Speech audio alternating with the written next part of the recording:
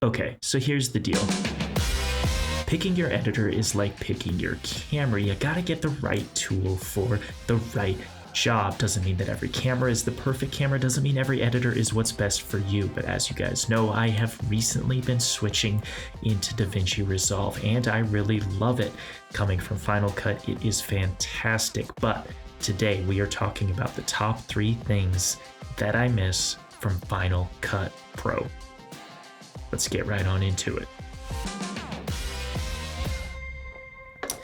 Nothing like starting a Sunday morning off right. Yo YouTube, what is going on? Jake Felzine here, back with another video. And guys, if you are new around here or if you've been around here, let's provide a little bit of context. I have been singing the sweet praise of Davinci Resolve recently. I think I've made at least 2 videos in the past month or so talking about how much I love it. Maybe it's the past 2 months. But I have been a huge advocate for Davinci Resolve. Feature for feature, the studio version being the same price as Final Cut kicks the shit out of Final Cut Pro. If you're just looking for the most well-rounded, most control, most amount of features, go with Davinci Resolve. You will not be disappointed. But guys, that is not what this video is about. This video is about my top 3 favorite features in Final Cut Pro, the features that I am missing the most. Now, again, for some background, I have primarily been using Final Cut up to this point. Just given the whole quarantine thing, the situation, being stuck at home more, I figured, you know what,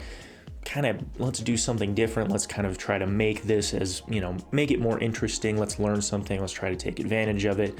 For better or for worse, I decided to try to learn Davinci Resolve, which I have really been enjoying, and I have really no beef with it. So I do have a lot of background in Final Cut. I love Final Cut, and that's why I want to talk about it today. There's 3 main features that it has that I just think are fantastic. And I do want to do one final disclaimer, guys. Editors, just like cameras, are simply tools. Listen to me, listen to my video. I'm going to try to give you guys some information. There's one example in particular that I would for sure recommend Final Cut, but think about what you want to do and then ask yourself which editor makes the most sense for you. There's no silver bullet, just like there's no silver bullet for cameras. It just doesn't exist. So you got to do your research and you got to say, okay, what videos do I like making? What is going to work for me? And with that stupid long intro and a ton of disclaimers, this video will not be short, Jake. Let's dive into reason number 1, the first thing that I miss the most about Final Cut. And guys, reason number 1 is the magnetic timeline controversy introduction. Everyone hates the magnetic timeline.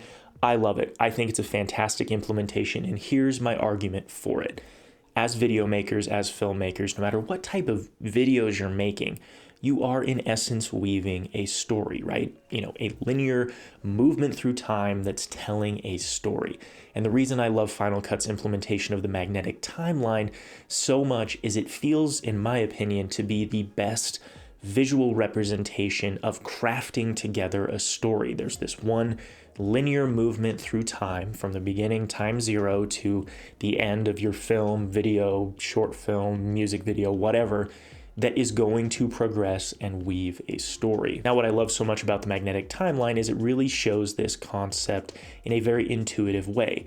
Through there, you can have just clips lined up all the way through. If you wanted to make it completely linear, from start to finish, you can tell your story. It's really easy to visualize adding stuff on top of it. So if you've got B-roll on top of your A-roll, if you want to add sound effects down below, they all just hook in to moments in time along this visual story. I just think that's great. In contrast, for Resolve, you've got all of these tracks and they're, basically representing the same thing. It's really not that different, but I think it's just a small little difference in display to tell that visual story that I think Final Cut does very well, and I miss it a lot, guys. And not only just because it looks nice, but I love that I can just add stuff in the middle of my story if I feel like a piece is too short, beef it out, and the whole story adjusts accordingly with really no intervention on my part. You can cut stuff out and it shrinks and it just ebbs and flows in a very intuitive way, and I'm a huge fan of the magnetic timeline. There's definitely diehard Premiere and Resolve fans that are like, magnetic timeline.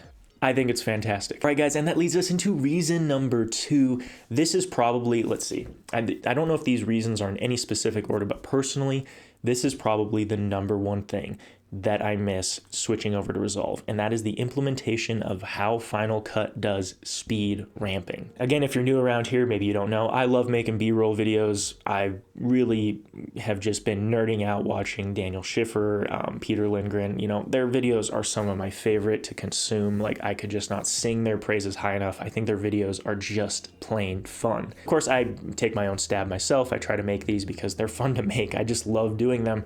And in Final Cut, speed ramping is just stupidly intuitive and very easy. For example, for me with my shortcut setup, all I have to do is click on a clip, hit Shift B, it adds a speed point, and then from there you can actually drag and adjust the speed of the clip. And then there's a little gray bar, and really what that gray bar does is it smooths out the transition from maybe a fast clip to a slower clip, or a normal speed sped up to a fast. And really all it's doing there is just making it easier on the eyes so that the transition isn't just like super fast and then just normal speed, and there's no, you know, there's just a hard cut versus kind of that smoothed out. Yes, you can do this in Resolve, and from what I can tell, again, I haven't used Premiere very much at all. I've just never been a fan, A, because of a subscription model, and I just have heard about so many bugs. It's like, why even bother with it? I don't agree with it in the first place, but from what I know, I think Resolve's speed ramping approach is far and above that of Premiere. Command R, add your speed points, adjust, go into the splines, smooth it out. It's really pretty intuitive, but it's just not quite as good as Final Cut. So honest to God, if you are a wannabe B-roll filmmaker, if that's the kind of style you're going for, I think it's pretty much a no-brainer to go with Final Cut if you have a Mac computer. Again, it can be done in all of the applications, but it's just so quick, it's so easy, and when you pair that with the magnetic timeline, you just get this very fluid, you know, that choreographed approach of the B-roll videos is really mirrored and emphasized with the editor being Final Cut, and just how easy it is to manipulate and play with.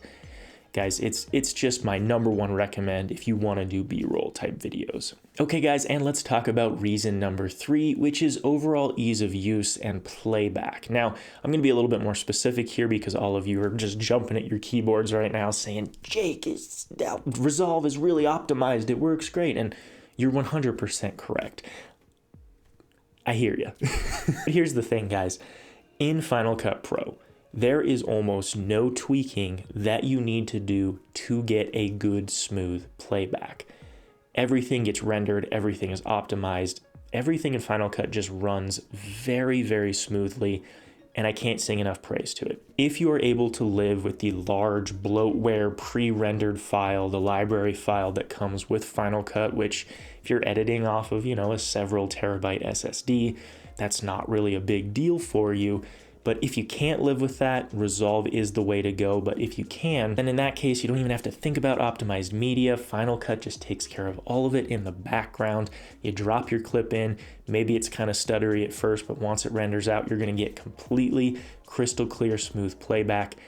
And that's just a huge win for Final Cut. You guys know recently I've been on a real efficiency kick. That's definitely some of the topics of my video. There was another one in the works all about efficiency, office efficiency. It's something that I'm really trying to hone more and more in on. And I think we can all agree that regardless of how skilled you are as an editor, from beginner to advanced, not having to worry about rendered, proxy, or optimized media is just a time saver. And if you can afford to live with that space that it creates, then 100%, you know, Final Cut really does a better job here. But on the flip side, if you're willing to learn it, if you're willing to play with it, it's all there in Resolve. They have a very similar system where you can generate optimized media, you can generate proxy files. A little harder to learn, it's a little harder to put together, but if you need that and you have kind of a lower end machine, it's there in Resolve. Don't worry, you can learn how to do it to get that good, smooth, nice playback that you pretty much are given in Final Cut. Again, I'm not pushing one way or the other, but I'm hoping you take this information to just kind of make an educated decision and just say, hey, I make daily YouTube videos. I can afford the extra hard drive space and then delete out my library files when I'm done with an edit. I don't have time to worry about proxy files or that. I'm just going to go with Final Cut. And that's exactly what I'm trying to tell you. This case would make sense for that. If you're a short film, movie maker, doc, you know, whatever, go with Resolve. You have more tools to get better audio results, better color results. This video, in fact, likely will be edited in Resolve because I'm just really enjoying it right now. And for this kind of video, it's going to work perfectly.